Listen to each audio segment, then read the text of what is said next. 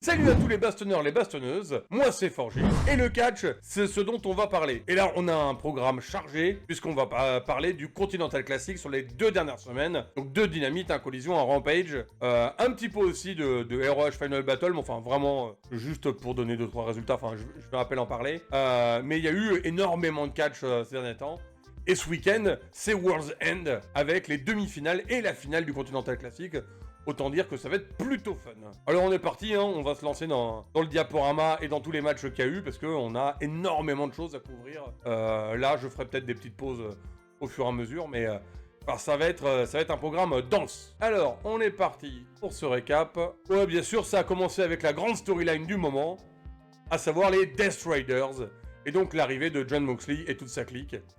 Alors maintenant, c'est une habitude, et c'est vraiment la grande histoire du moment à l'AEW, qui continue de se faufiler entre tous les matchs du Continental Classic. Alors donc c'était le dynamite de la semaine dernière, le Holiday Bash, où on a eu un peu une preview de ce qui se passera pour World's End, à savoir Jon Moxley en 4-way contre Orange Cassidy, Jay White et Hangman, et là c'est un match trio qui va vous permettre d'avoir de la bonne action. René Paquette qui interroge les deux qui vont monter sur le ring, Jay White qui est motivé à fond, Orange qui est motivé. Voilà, je ne vais pas jusqu'à dire à fond, mais déjà motivé, c'est vachement bien pour lui. Darby Allin toujours en second leader, ou en leader actuel de la faction AEW. En tout cas, c'est lui qui prend la relève juste après Orange Cassidy. Et donc, ce magnifique logo du Continental Classic qui nous permet d'avoir de très très bons moments de catch là sur les dernières semaines. 5 semaines entières de Continental Classic, ça aurait été vraiment très très cool. Will Ospreay qui croit en sa victoire, qui malheureusement va devoir affronter des adversaires qui vont soit le prendre par surprise, soit être vraiment à la hauteur du débat. Mais ça, c'est ça qui est cool dans le Continental Classic. Tout n'est pas aussi évident. Et cette année, ils ont fait un bon travail au niveau de la prédiction. Il était impossible de vraiment savoir qu'est-ce qui allait aller au bout parce qu'il y avait beaucoup de choses incertaines. C'était beaucoup mieux temporisé. Alors, à ce niveau-là, on en était où? On en était à 6 points pour Casta, Ospreay et Ricochet. Sachant qu'à ce moment-là du Continental Classic, Casta lui avait fait 3 matchs. Ricochet aussi, alors que Will Ospreay n'en avait fait que 2. En Blue League, on avait une domination totale de Kyle Fletcher à 9 points en 4 matchs, et un Okada qui n'était pas très loin à 7 points. Et puis se tenait un petit peu en embuscade, Garcia avec 3 matchs, 4 points, et Mark Briscoe à 6 points quand même, mais en 4 matchs. Arrivée de MJF, parce que oui, ça fait aussi partie de ces histoires qu'on a en ce moment, en plus des Death Riders, en plus du retour de Tony Storm, en plus du Earth Syndicate, on a aussi MJF, Adam Cole, Kyle O'Reilly. Voilà un peu la conclusion de ce qui s'est passé avec toute l'histoire du démon. Et il faut bien en finir entre MJF et Adam Cole, mais il faut aussi retrouver cette hype. Donc un travail pas facile parce que c'était bien descendu avec toute la blessure et l'absence de MJF. Et donc il faut retrouver un petit peu cette intensité. Un lourd travail qu'ils vont effectuer au cours de ces 2 semaines. On a aussi, du côté des femmes, toujours Mercedes Moné et ses titres n'en finissent plus. On voit que elle avait eu un petit face-off avec We Love Mina Shirakawa au Japon. Et là, c'est un match contre Nadje, un bon match, un bon match, mais c'est quand même avant tout pour que Mercedes Moné soit active et soit prête pour son match à World's End. Anna Jay qui a fait un beau travail, qui revient plutôt forte de son passage au Japon. Et voilà, elle est pas à la hauteur pour la CEO. On aime ou on n'aime pas, mais ces matchs sont vraiment à très haut niveau. Encore un superbe météora là qu'on voit ici. Anna Jay qui veut lui donner du fil à retordre. Ça va être plutôt un bon match, qui va être relativement disputé. Comme je vous dis, depuis qu'elle est arrivée, à part contre Britt Baker, qui était pas à la hauteur, tous les matchs qu'ont fait Mercedes Moné étaient vraiment top niveau. Ce qui fait qu'effectivement, on a une division féminine qui a vraiment monté ces derniers temps, avec plusieurs catcheuses qui sont vraiment intéressantes à suivre. Anna Jay qui a tout donné, qui donne tout pour réussir à battre Mercedes Moné. Malheureusement, la CEO est beaucoup trop forte. Et finalement, la victoire lui revient. Elle est toujours double championne. Et il faut qu'elle se trouve un nouvel adversaire pour World's End. FTR qui du coup se mêle un petit peu des histoires des Death Riders. FTR qui n'ont pas de programme actuellement, mais donc du coup mêlent dans cette histoire-là et qui vont se retrouver un petit le bouc sacrificiel, le bouc émissaire de cette histoire. MJF du coup qui continue son histoire, qui est toujours aussi fort auprès du public. Il a vraiment le don de retourner un public et d'attirer l'attention, ce qui fait que au fur et à mesure, cette histoire avec Adam Cole va finir par reprendre de la hype. Et j'avoue que après ces 2 semaines, eh bien j'ai hâte de voir la conclusion entre MJF et Adam Cole. Donc voilà, forcément, pendant qu'il fait son arrogant, pendant qu'il se met en dominateur et en maître de la situation, eh bien Adam Cole vient lui remettre un peu les pieds sur terre et lui indiquer qu'il se laissera pas abattre comme ça. Le méchant de l'histoire, pour Adam Cole, c'est MJF. Ce qui se discute quand même un petit peu. Après tout, celui qui a été le traître à la fin de l'histoire du démon, c'était quand même Adam Cole. En tout cas, MJF trop confiant, pendant qu'il regarde la vidéo, il se fait attaquer par Adam Cole, qui est censé, je le rappelle, être le babyface dans cette histoire. On a cette magnifique Jamie Hayter. En soi, Jamie Hayter, c'est vraiment une des catcheuses les plus impactantes ici à la WWE. Alors pour l'instant, effectivement, elle est plutôt sur une voie de garage, sur des programmes un peu d'attente, mais ça n'empêche pas qu'elle a un flow terrible, et on a toujours envie de voir ce qu'elle va donner dans ses matchs. Mais comme son histoire est un peu en train de se faire avec Julia Hart, bah finalement tout ce qui se passe un peu autour d'elle, c'est pour... Ah, ça meuble un petit peu avant son histoire contre Julia. Le meilleur papa de tous, qui est avec sa famille, voilà, et il est en attente de pouvoir aller cash in son next AEW champion. Donc le contrat qu'il a gagné à All In. Je pense qu'il y a des choses plutôt intéressantes qui se préparent à ce niveau-là. On ne sait pas comment ça s'agence parce que on le voit pas arriver comme ça dans le cadre de toute cette histoire avec John Moxley et avec la faction AEW, mais c'est là où on sera surpris bien entendu. Donc là un bon combat à 2 contre 2 entre le meilleur papa de tous et Nick Wayne contre Hook qui est toujours en rivalité avec le meilleur papa de tous et ça fait plaisir de le voir catcher à l'AEW, Katsuyori Shibata, The Wrestler. Moi j'adore. Alors oui, souvent il est là pour perdre ou pour aider, mais il fait bien le taf et c'est un gros plaisir de le voir sur le ring, sachant qu'il a failli ne plus pouvoir catcher du tout. Donc les voilà qui arrivent, prêts à en découdre. Ça va bien frapper et ça va bien claquer dans le public. Christian qui est toujours aussi doué pour amener le public avec lui, pour se faire haïr. Et pour utiliser les magnifiques techniques de traîtrise dont il a le secret. C'est un vilain parfait, regardez comment il essaye de briser le bras de Hook. Send Hook. Nick Wayne, le prodige, qui est assuré de sa force et de sa victoire dans ce match. Ce qui est peut-être un petit peu présomptueux de sa part. En attendant, très bon combat. On a un Hook toujours aussi doué en souplex. Un Nick Wayne qui a beaucoup d'athlétisme. Donc ça fait un match plutôt cool à regarder. Voilà, beau petit moment Katsuyori Shibata. Je crois que j'ai une vidéo dans ce match, histoire de passer un bon petit moment avec Shibata Katsuyori. Voilà, grand coup de mitraillette. On se prépare, ben c'était exactement ça. Et drop kick in the corner. Tous les yeux ébahis du partenaire de Nick Wayne. Voilà, bon, c'est plutôt cool.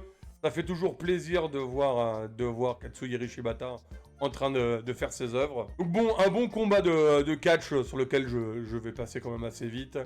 Très belle synergie entre Shibata et Hook, qui ont vraiment ici une envie de vengeance sur la patriarchie. On va avoir un combat relativement bien mené. Un Christian qui essaye de fuir, bien sûr, qui aimerait bien éviter de se faire explosé par Hook et qui est aidé bien sûr par les autres membres de la patriarche. Pendant ce temps-là, Shibata s'amuse. On a bien sûr des retours de Christian, toujours le vilain qui fait son œuvre, qui profite que l'arbitre ait le dos tourné pour mettre Nick Wayne sur Shibata, qui malheureusement est encore celui qui prend le tombé. Et voilà, on a profité de l'inattention de l'arbitre et victoire de la Patriarche. Ensuite, on a eu plusieurs clips comme ça de Jericho qui se prend pour le roi de New York. Alors, toute cette histoire, c'est pour le titre ROH lors de Final Battle. Donc, il va affronter Matt Cardona dans un très bon match. Je vous conseille vivement le pay-per-view ROH Final Battle. Et du coup, je vais vous spoiler. Voilà, 1, 2, 3. Celui qui remporte ce match pour le titre principal de la ROH, eh bien, c'est toujours Jericho qui conserve sa ceinture. Ça m'aurait fait plaisir que Cardona la récupère, mais bon, pour l'instant, Jericho, il est trop fort. Hop, je reviens en arrière. C'était pas voulu. Jericho avec ses Hi guys en plein milieu de la patinoire, ça me fait mourir de rire. Voilà. Le clip était très marrant, les clips qu'ils ont tournés étaient plutôt fun. On nous tease et on nous fait le retour de Bandido. Bandido, grand et flyer, un des meilleurs Mexicains volants. On ne reverra pas beaucoup puisqu'on l'a revu rapidement à l'ROH, à Final Battle. Et apparemment, il s'est reblessé. Donc, je reparlerai de Bandido quand on le reverra. Mariamé, qui fait partie aussi de ces grandes histoires du moment à la EW. Bon, en attendant que ça se démêle avec Toni Storm, hein, parce qu'on s'attend bien à ce qu'il y ait la revanche. Mais clairement, elle a un charisme de fou. Elle est très fun à regarder, très fun à voir catcher. C'est une vraie bonne championne. Et elle porte super bien ce titre. Donc voilà, comme je l'ai dit, dans les autres grandes histoires, on a le Earth Syndicate. Et là, il venait faire un coucou à Ricochet en disant « Bah tu vois ta carte de visite qu'on t'a filée, et bah tu la mérites pas. » Il la déchire. Et lui font bien comprendre que, pour le moment en tout cas, il n'est pas le bienvenu dans le Earth Syndicate. Le pauvre Ricochet qui avait peut-être envie de faire autre chose et de rejoindre la faction de Heel. Mais va-t-il vraiment rester babyface très longtemps, hein? Donc voilà, plus de carte de visite du MVP. Ensuite, on a The Beast Mortals pour un combat du Continental Classique opposé à Shelton Benjamin, le membre du Earth Syndicate. Un combat très efficace entre deux grosses brutasses, il faut dire ce qu'il est. Un combat qui est à la fois technique, violent, et qui n'hésite pas à voler quand il le faut. Un très beau Shelton Benjamin, qui a lui aussi une sacrée classe. C'est, encore une fois, je le dis, mais c'est important de le dire, c'est vraiment sympa qu'ils aient accordé du temps, des bons matchs à Shelton pour prouver qu'il est aussi quelqu'un d'important dans ce Earth Syndicate et qu'il n'y a pas que Bobby Lashley, qui du coup prend un rôle secondaire de Big Boss. Alors voilà, forcément, le Earth Syndicate qui se mêle toujours des combats à la fin, et Shelton Benjamin qui a donc perdu ce match. Intervention des teams AEW, et gros carnage made in Bobby Lashley. J'ai dit une bêtise, Shelton Benjamin qui a gagné le match contre The Beast Mortos du coup. Il permet d'avoir 6 points. Et Beast Mortos qui, sur ses 4 premiers matchs, a un gros 0 pointé après tout. Et là, pour ça, il en fallait bien un, malheureusement. Et c'était lui. Petite interview de Ricochet pour savoir comment il s'en sort, lui, ça va. Il est confiant qu'il va réussir à faire quelque chose. Alors, on a cette espèce d'interview lunaire avec Toni Storm qui donc, du coup, a perdu la mémoire. Elle a l'impression d'être ici pour la première fois à l'AEW, comme si tout son run n'avait pas eu lieu. Et elle dit bonjour à tout le monde et est heureux de les rencontrer. C'est assez cocasse. Et voilà, et effectivement, ça laisse RG City en tour. Will Ospreay qui revient pour un nouveau match du Continental Classique. Will Ospreay toujours aussi souriant, toujours aussi confiant. Faut dire que c'est Billy Goat, clairement un de ceux qu'on a envie de voir dans cette demi-finale et cette finale du Continental Classique. Et qui est opposé au second leader de la team W dans cet affrontement contre les Death Riders, à savoir Darby Allin. Voilà. Alors bon, un bon combat, clairement. Encore une fois, je peux pas faire un classement des meilleurs combats de ces 2 dernières semaines parce qu'il y a eu vraiment plein de pépites. Ils ont une super alchimie, ils marchent très bien. Beaucoup de détermination dans ce qu'ils font. C'est très compétitif. C'est des matchs qu'il faut absolument suivre en live. Quand je dis live, c'est de les regarder, c'est de regarder les émissions. Bon, obligé de les regarder en direct, mais c'est vrai que c'est vraiment sympa de voir ces matchs-là. Ils ont une très bonne alchimie, très bon rythme. D'ailleurs, j'ai pris en vidéo un peu le début de ce match qui permet d'avoir le mouvement, le tempo de ce match, ce que je trouve plutôt cool. Alors on est parti. Ça va très vite, ça prend pas le temps de s'arrêter. On a, oui, des acrobaties, mais on a aussi des contres. On a aussi des retournements de situation. C'est vif comme l'éclair. Et on se demande comment ils font pour réussir eux-mêmes à se suivre. Le jeu de regard est vraiment cool. Non, c'est un vrai plaisir. C'est un vrai plaisir de les regarder combattre tous les deux. Et ouais, puis le face-off est cool. Donc un très bon moment entre Darby Allin et Will Ospreay, qui va être bourrin, qui va nous réserver de très belles surprises. Difficile, du coup, de donner le gagnant dans ce match, parce qu'on a effectivement le GOAT, et on a Darby Allin, qui est vraiment celui qui représente, enfin, un de ceux qui représente le mieux l'AEW du début, et ces mecs qui savent briller à l'occasion. La prise de poignet afin de pouvoir s'enchaîner les coups, la détermination de Darby Allin. Là, le style splash effectué sur les prônes. L'endroit le plus solide du ring, je le rappelle. Bien sûr, toujours les coups de dos, les coffin drops de Darby Allin. Et pour, au final, surprise, victoire, pas de bêtises, victoire de Darby Allin contre Will Ospreay. Du coup, on a beaucoup de gens à 6 points, et un Will Ospreay qui se retrouve dans la mêlée avec tous les autres, puisque les 4 personnes qui sont à 6 points ont 6 points en 3 matchs. Les Dice Riders qui arrivent pour encourager Castagnoli. On a donc ce match trio entre eux, les 3 catcheurs qui vont affronter Jon Moxley à World's End. Jon Moxley qui est top of the mountain, clairement. Un match de haute voltige où Moxley montre à quel point c'est une des bêtes. C'est pas le champion AEW pour rien. Il est l'incarnation de la rage, de la violence, du cœur peut-être même de l'AEW, et tout ce qu'il fait en ce moment est vraiment hyper bon. J'aime beaucoup ce face-off entre le cowboy Hangman Page et Marina Shafir. Là, on va dire la porte-flingue des Death Riders. En tout cas, la porte-attaque Shake, ça c'est sûr.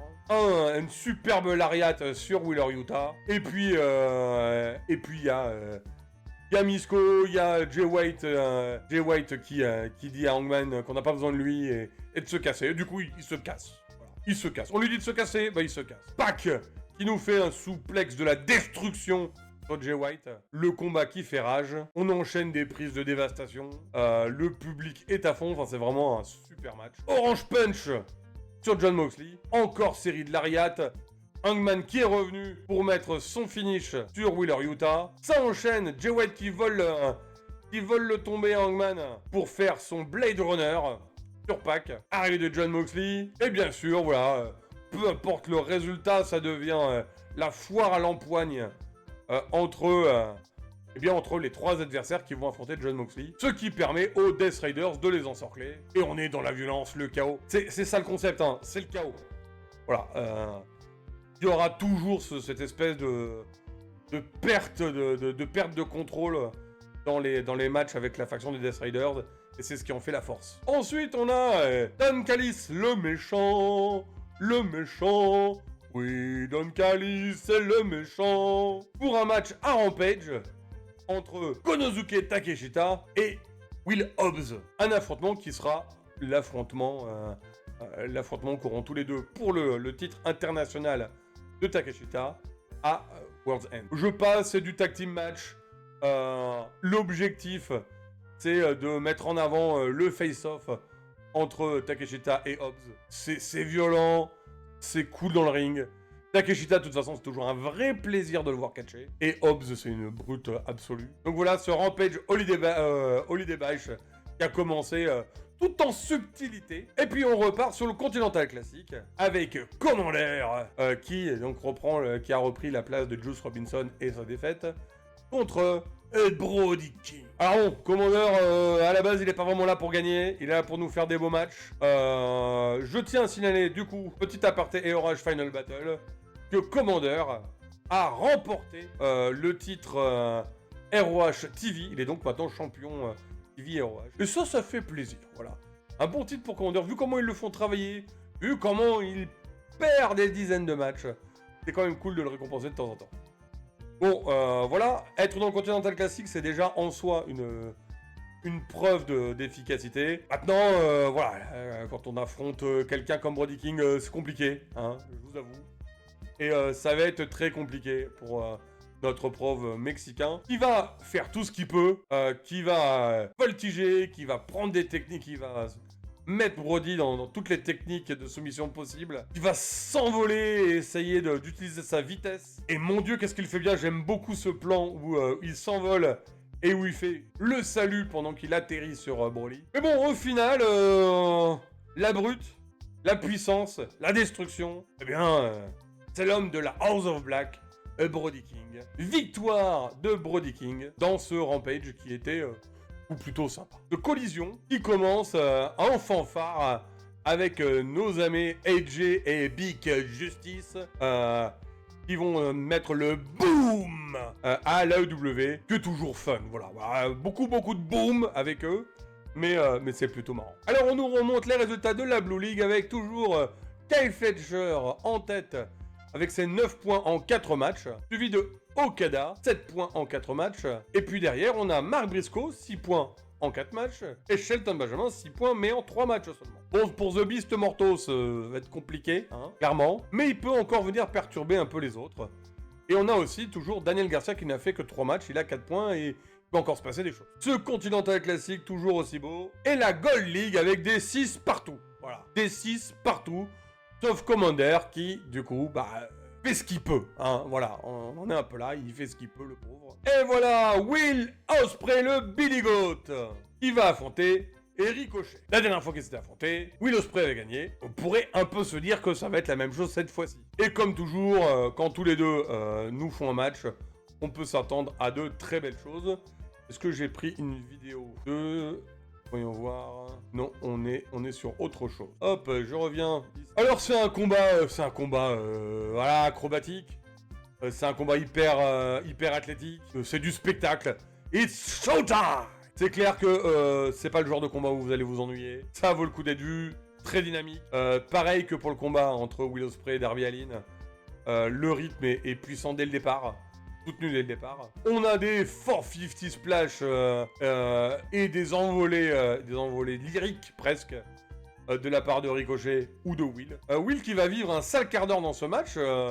Ricochet nous démontre qu'il n'est pas un adversaire à prendre à la légère. Tous les deux se relèvent difficilement après les enchaînements qui viennent de se prendre sur la tête. Will Ospreay avec la détermination qu'on lui connaît, quand même prêt à gagner ce match. Très beau face-à-face entre les deux catcheurs. On rappelle que Ricochet est quand même venu à l'AEW suite à l'appel de Will Ospreay qui pensait que son talent serait mieux utilisé ici à l'AEW, et pas totalement faux quand même. Donc on a un match qui virevolte avec ici un arbitre qui est décédé. Ce qui veut dire que ça laisse une opportunité, peut-être à un retournement de situation. Et c'est exactement ce qui se produit avec Ricochet qui profite de cette ouverture, eh bien, pour remporter la victoire. Et oui, Will Ospreay, toujours à 6 points en 4 matchs, alors que Ricochet atteint les 9 points. Et comme il a une victoire sur Will Ospreay, eh bien, ça lui donne une bonne opportunité de réussir à atteindre les demi-finales. On continue dans cette storyline entre Adam Cole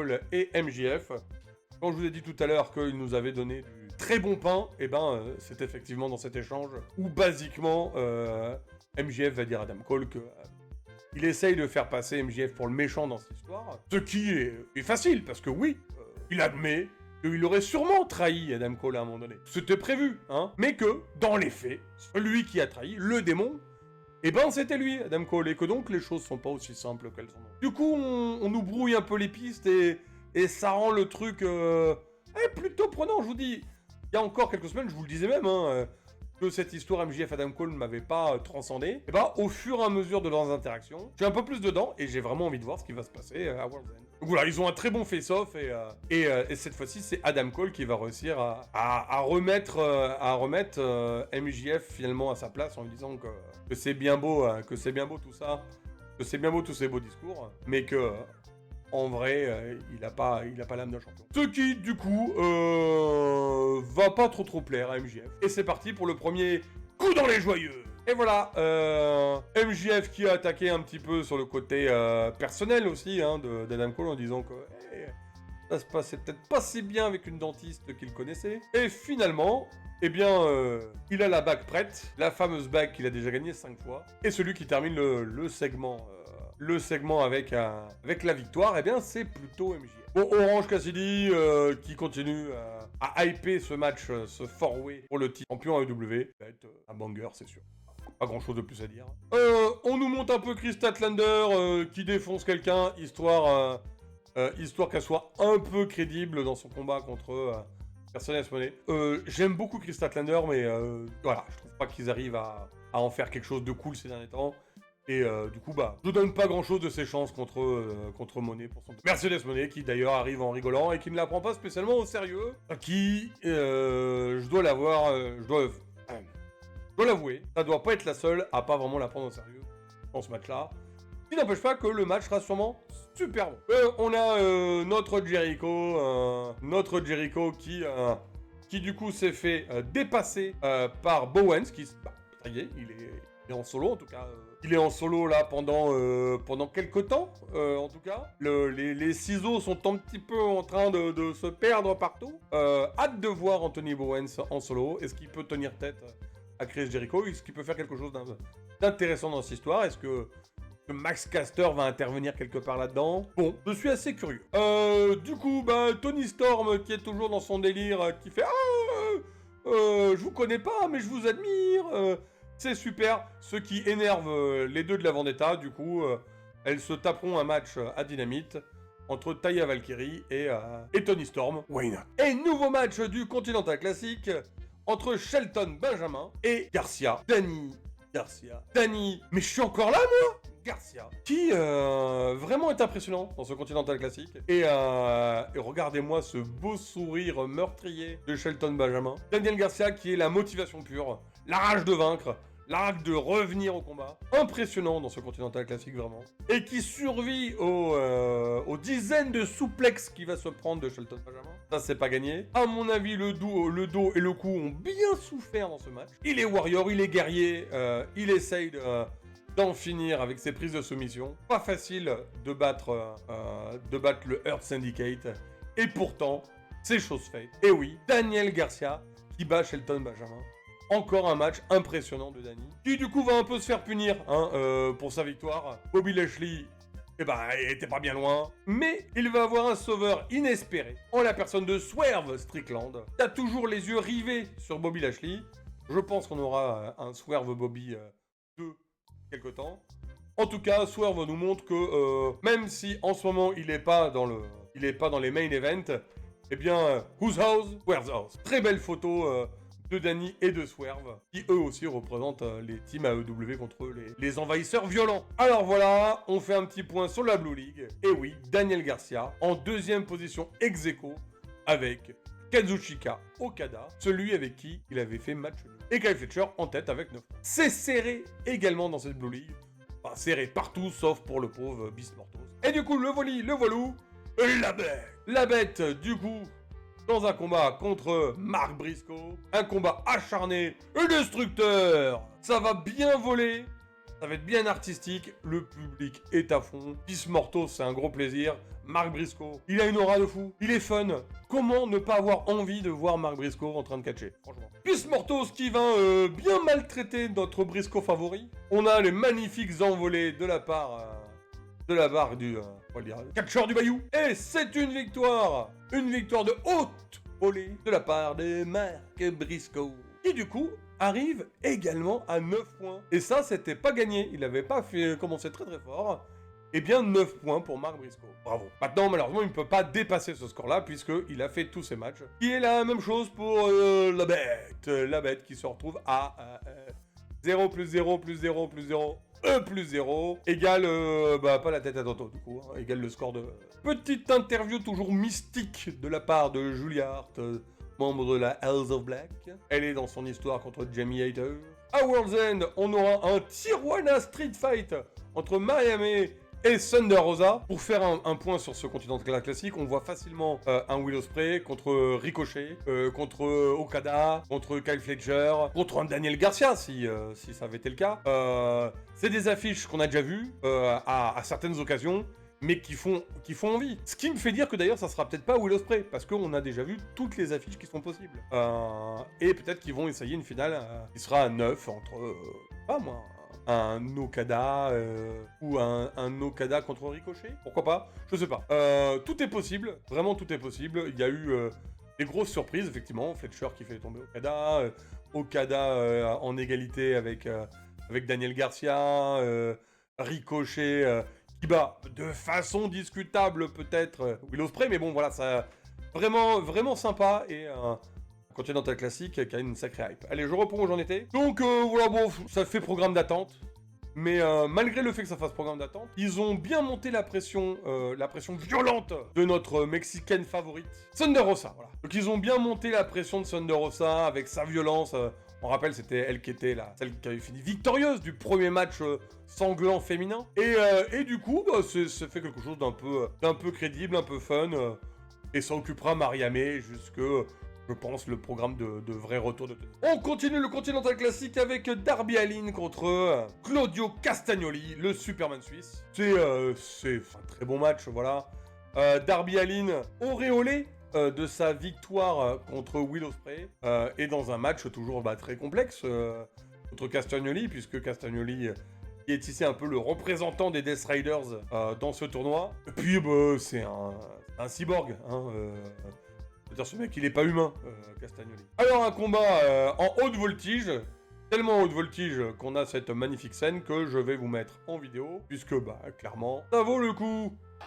Donc voilà, toujours le casse-cou, il est reparti. Et c'est parti, on s'envole, on tombe. Mais pourquoi il fait ça, le pauvre? Il va mourir un jour. Non, c'est vrai, il va mourir un jour, c'est pas possible de faire ce genre de choses, quoi. Mais bon, il le fait, c'est impressionnant. Et clairement, on passe toujours un bon moment avec les expériences acrobatiques de Darby Allin. Et il s'est fracassé le dos, il se fracassera le dos, les épaules, les coudes, la vie. Il se fracassera la vie, Darby Allin. Et en attendant, ça l'a bien affaibli parce qu'après, il s'est fait choper par le Suisse qui est parti pour un tourner manège. Voilà, le manège de l'espoir, le manège du cauchemar. Il l'a fait tourner pendant des plombes d'ailleurs, et après il l'a fait tourner hors du ring et l'a défoncé sur les escaliers. Un match toujours aussi violent, avec un casta toujours aussi violent. Darby qui va se faire exploser le dos à des multiples reprises. Souvent à cause de lui-même, puisque le coffin drop, c'est quand même lui qui le fait. Et il va se prendre d'ailleurs les genoux du Suisse. Mais voilà, monsieur le Suisse, il avait prévu les choses. On le voit pas bien sur cette photo, j'ai essayé, mais j'ai pas trouvé de meilleure photo.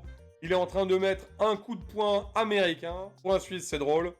Et bien sûr, ça suffit pour la victoire du Death Rider Castagnoli, qui du coup embauche de nouveau les points. Et le voilou, le deuxième à 9 points, Claudio Castagnoli en 4 matchs, qui a du coup la victoire sur Darby Allin. Mais où est l'arbitre? Une erreur arbitrale, des règles qu'on comprend mal. Mais qui faut-il appeler? Mais c'est Michel Beaujolais. T'aurais pu sauver la situation, Michel.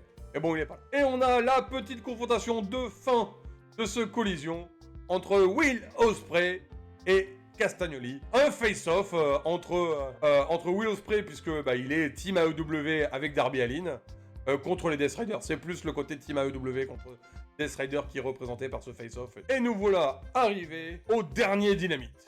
Alors voilà, entre-temps, il y a eu Final Battle de la ROH. On a eu, du coup, Commander qui est reparti avec la ceinture TV. On a Athena qui garde sa ceinture en ayant battu Billy Stark, qui revient du coup au fond de la ligne. Mais, écoutez, Athena va la garder une année de plus, et Billy Stark viendra lui prendre dans un an. Hein, ça sera peut-être ça le concept. Ça se veut plaisir. Athena, c'est vraiment une championne de ouf. Et une des grosses catcheurs de AEW ROH, puisque on en parlait avec Tetix. Oui, la ROH, c'est une formule différente de ce que c'était avant. C'est pas mal. J'aime bien cette espèce de carrefour entre plein de fédés. Moi, j'aime bien, mais j'ai pas le temps de regarder. C'est un petit peu la problématique, c'est que on n'a pas le temps de regarder. avec la VE qui est un peu dans un âge d'or, l'AEW qui est très très cool, et la NXT qui a quand même un beau parfum, et ben ça fait beaucoup de choses à regarder et à faire. Il joue aussi la FRPW, les commentaires de la FRPW, la vidéo devrait pas tarder à sortir du dernier show, de le Holiday Special, et puis bah déjà alors qu'on attend la vidéo de Holiday Special, on aura le 25 janvier la Battle Royale à 25 participants, toujours du côté de Bordeaux, donc FRPW, à suivre si vous êtes avec nous. Allez, on continue. Will Ospreay qui ne peut pas perdre. Voilà. Il ne peut pas perdre, il doit absolument gagner ce match s'il veut avoir une chance d'aller en demi-finale de ce Continental Classic. Il doit absolument gagner là. Et puis, gagner suffira pas forcément, parce qu'il faut aussi que les autres à 9 points, à savoir Casta et Ricochet, bah, il faut pas que les deux gagnent leur match. Ricochet ayant l'avantage sur Will Ospreay, en vrai, peu importe à faire. Le truc, c'est que si c'est Darby Allin qui gagne, eh bien Darby et Ricochet ayant l'avantage sur Will Ospreay perdrait sa place. Donc ça lui met dans une situation pas facile. Il doit gagner, et après ça dépend pas de lui. Au niveau de la Blue League, voilà, c'est pareil, on a 2 personnes à 9 points, mais Mark Briscoe ne pouvant plus rien faire, a peu de chances de pouvoir s'en sortir. On voit Kyle Fletcher qui du coup se retrouve à 9 points avec des grandes chances de victoire, mais on a 2-7 points avec toujours un match à faire, ce qui fait qu'ils peuvent passer devant.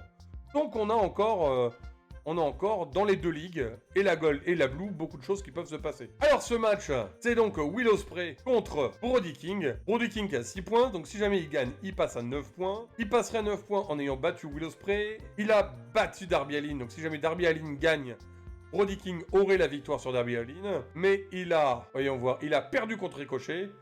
Du coup, si Ricochet perd et Darby Allin perd et Ricochet gagne, bah de toute façon, Ricochet aura... Voilà, pour Brody King, c'est aussi possible. Donc on revient à ce match qui va envoyer Sévère et Dru, forcément. De toute façon, tous les matchs de Brody King, c'est comme ça. On a un Will Ospreay qui fait super bien le mec qui en peut plus après les coups. J'aime beaucoup sa manière de chanceler et...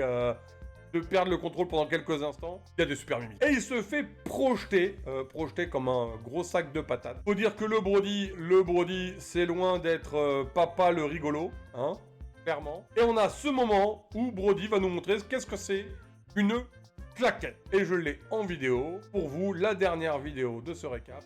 Voici la claquette made in a Brody King. Attention. Et bam! Merci, au revoir, bonne soirée. Je trouvais qu'elle était assez impressionnante pour avoir envie de vous la montrer quand même. Moi perso, elle m'a bien vendu le truc. Et puis après ça, il enchaîne avec son Cannonball. Brody King, toujours aussi impressionnant. Pas être facile pour Will Ospreay qui essaye de se relever de ça. Il attrape le poignet afin de pouvoir enchaîner les coups. Mais il bouge pas beaucoup le Brody, hein. C'est pas évident de le faire tomber le géant. Il arrive pour lui mettre un gros pile driver dans sa tête. Ce sourire est juste parfait. À ce moment-là, il est pensé être assuré de la victoire. Il en est rien. Et Brody revient pour lui aussi planter Will Ospreay au sol. Will qui prend ce petit avantage pour essayer son Hidden Blade. Normalement, le Hidden Blade, c'est la victoire. Mais non, ça n'aura pas suffi pour en finir. Il aura été obligé de balancer son Stormbreaker. Un de ses finishes. Pour une victoire... mérité, mais compliqué. Will Ospreay à 9 points, mais qui n'a pas l'avantage et sur Darby Allin et sur Ricochet. Par contre, il a l'avantage sur tous les autres. Donc Castagnoli, qui est à 9 points. Le Earth Syndicate qui se fait interdire d'entrer, histoire que les choses ne partent pas trop en live. Cette fois-ci, seulement Shelton Benjamin peut rentrer dans la salle. Voilà, au moins une des deux factions responsables des chaos universels ne sera pas là ce soir. Déjà, ça de gagner. Donc, match suivant, toujours au Continental Classic, ce magnifique regard de Darby Allin envers Ricochet. Basiquement, si Darby Allin gagne et Ricochet et Darby Allin sont devant Will Ospreay, si c'est Ricochet qui gagne ou si c'est un match nul, eh bien, Darby Allin éliminé et Will Ospreay toujours dans la course. Bien sûr, ça va voler, ça va voltiger. On est sur des trucs très spectaculaires. C'est difficile de vous les transcrire comme ça avec des images, même si je mettais quelques vidéos. Mais voilà, on a énormément d'ampleur, un super tempo, on a des figures qui sont extraordinaires, On a ici Ricochet qui fait des habituelles pirouettes dans les airs. Celle-là est superbe, je l'ai prise en 2 temps. Il saute depuis la 3e corde. Il nous fait un 540, à savoir un tour et demi. Et tombe le dos en premier sur Darby Allin. Éclate la table. Les deux sont défoncés après cette manœuvre. Darby, avec toujours son dos en mauvais état, qui du coup se fait violenter par Ricochet. Ricochet qui va nous faire un magnifique vrille dans le vent. Darby Allin en profite pour essayer de mettre en soumission Ricochet pour remporter la victoire. Mais on nous annonce qu'il ne reste plus que 2 minutes. Ça devient très compliqué. Ici, à ce moment-là, il a attrapé les 2 bras de Ricochet. Pour lui, la victoire est acquise. Et non, Ricochet s'en sort. Darby, du coup, qui va retenter son coffin drop. Il met sur le dos Ricochet. Compte de 1 et fin du temps imparti. C'est une égalité. Et comme c'est une égalité, Darby Allin éliminé. Ricochet assuré d'aller en demi-finale. Et donc voilà, on a un 10 points de Ricochet. Et seulement 7 pour Darby Allin. Ce qui nous fait que tout tient dans les mains de Castagnoli. Si c'est une victoire de Castagnoli, il rejoint Ricochet en demi-finale, pas l'un contre l'autre. Si jamais il perd contre Commander qui a 0 points pour l'instant, eh bien, ça permet à Will Ospreay de remporter de justesse et d'aller en demi-finale. On est d'accord, n'importe lesquels qui y vont, ça sera de toute façon de très bons matchs. Mais c'est vrai qu'il y a peut-être des participants qui ont le petit facteur en plus qu'on a envie de voir au pay-per-view. Et donc, Ricochet qui rigole, qui est content, car il vient d'apprendre que ça y est, c'est gagné. Il va à World's End en demi-finale. Darby Allin, au moment de partir, glisse une petite tactique à Commander et à son Hype Guy. Et oui, il a prévu peut-être un plan pour que la victoire qui aurait pu paraître facile de Casta ne soit pas si évident. Jay White, histoire de pas nous faire oublier que quand même les Death Riders sont toujours là et qu'on aura un super four-way pour World's End. Et on est parti pour ce match qui n'est même pas le main event puisque c'est la moitié de ce dynamite entre Commander et Castagnoli. Castagnoli qui est un bourrin patenté, qui va faire des projections depuis la 2e corde. Commander, ça a beau être un voltigeur, je sais pas comment il fait pour se prendre des volets de bien 6 mètres comme ça et être toujours OP pour continuer le match. C'est impressionnant. Et il l'est toujours parce qu'il fait des très beaux comebacks. Là, ce magnifique coup de pied à la volée, en utilisant les cordes, qui est la grande spécialité de Commander. Et voilà, la surprise, c'était ça. Puisque Casta avait gagné la semaine dernière à collision en utilisant un poids américain, eh bien, il a piqué le poids américain, le Darby, et il l'a mis en préparation pour que Commander puisse, nous faire le coup qu'on n'avait pas attendu. Et oui, Commander remporte ses 3 premiers points en ayant mis KO le Superman suisse et en enchaînant avec une voltige, histoire quand même que cette victoire lui appartienne un petit peu. Victoire 1-2-3. De Commander. Castagnoli éliminé. Commander à 3 points, c'est déjà ça. Et Will Ospreay ira en demi-finale. Bon, bien sûr, ça n'a pas vraiment plu aux Death Riders qui sont intervenus à ce moment-là. C'est Marina Shafir qui défonce le nouveau champion TV ROH. Pauvre champion TV. Après, c'est le chaos. Arrivée de Jay White. Intervention d'Orange Cassidy. Mox qui, alors que tout le monde s'est fait défoncer, est celui qui arrive par derrière pour défoncer Jay White. Mais on s'arrête pas là. Arrivée du Cowboy Hangman. Adam Page, Mox qui se retrouve encerclé par ses 3 compétiteurs de World's End. Il se fait défoncer, mais effectivement, les 3 autres ne sont pas tout à fait d'accord sur qu'est-ce qui va se passer lors du pay-per-view. Est-ce qu'ils arriveront à travailler un peu ensemble contre Jon Moxley avant de se mettre dessus? Est-ce que directement ils vont se mettre dessus? En tout cas, un joyeux chaos qui est tout à fait la spécialité de Jon Moxley. Donc, je prédis un petit peu la victoire de Jon Moxley qui va mettre le chaos et profiter de ce que ça va donner, malgré les 3 énormes participants de ce match. En tout cas, ce qui est sûr, c'est que ça sera un match doux. Et voici Okada Katsushika, qui a toujours une chance de gagner dans sa Blue League. Mais pour ça, il faut qu'il batte Shelton Benjamin. Shelton Benjamin qui a la problématique d'être tout seul, du coup, dans ce match, qui est le concept du Continental Classic, mais qui se retrouve quand même contre la légende japonaise. Légende japonaise qui a quand même subi une défaite et un nul contre Daniel. Et oui, je fais des trucs de fou Garcia. En tout cas, c'est sans aucune grande surprise que on a un Okada qui se fait humilier, défoncer, mais qui pourtant va assurer la victoire. Pas de grand secret ici. Il va enchaîner plusieurs fois ses trademarks. Le match est intense, il vaut vraiment le coup d'être regardé. Encore une fois, comme j'ai dit, Shelton Benjamin, il n'est pas là pour faire de la figuration. On le voit très technique, avec des souplexes d'une violence incroyable. Mais il faut bien montrer la différence de puissance entre Shelton Benjamin et le boss, du coup, Bobby Lashley, qui fait que Shelton Benjamin reste quand même moins fort dans l'échelle de valeur. Et donc Okada, qui est quand même le champion continental actuel et la légende qu'il est, va remporter ce combat. Qu'est-ce que nous dit TTX? Ouais, dans la salle mythique de l'ECW, la Ballroom, qui a vraiment un sacré flow, cette salle. Ça fait partie de ces salles qu'on reconnaît et qui donne une ambiance très particulière, dans laquelle s'est tenu et le Rampage, et le ROH Final Battle, et le Collision, et ce dynamique. Donc c'est avec le magnifique et l'extraordinaire Rainmaker, Okada remporte la victoire sur Shelton Benjamin, et ce qui laisse de bonnes chances de victoire à Okada, mais c'est pas encore fait. Ça va dépendre du dernier match. Dernier match qui va opposer Kyle Fletcher contre Daniel. Moi, je me laisse pas perdre. C'est pas trop bien aussi. Kyle Fletcher contre Daniel. Oui, c'est moi qui vais gagner. Garcia. Bon. Hein, voilà. En tout cas, 10 points pour Kazuchika Okada. Mais voilà, Kyle Fletcher étant à 9, il peut finir à 12. Daniel Garcia étant à 7, il peut finir à 10. Et il se trouve que si jamais Garcia gagne, on se retrouve Garcia Okada à 10. Mais avec un Okada et Garcia qui ont fait égalité. Ça serait intéressant, il faudrait faire autre chose. Bon, ça va pas se passer comme ça. Hein. Oui, le danseur aussi. Moi, je suis un danseur et j'essaye de varier un peu les plaisirs. Un petit swerve, quand même, toujours pour nous rappeler qu'il est là et que... Who's toujours à fond dans les parages quand il s'agit de Bobby Lashley. Toni Storm, voilà. Toni Storm. Mais qui est-elle? Mais que fait-elle? Mais que veut-elle? Mais qui est Toni Storm? J'adore. Voilà. Ils ont réussi à renouveler cette histoire avec son espèce d'amnésie suite à la défaite, qui est très très fun. Bon, au niveau des combats, c'est toujours pareil. Toni Storm, c'est sympa, 5 minutes, c'est ordinaire, mais c'est pas grave.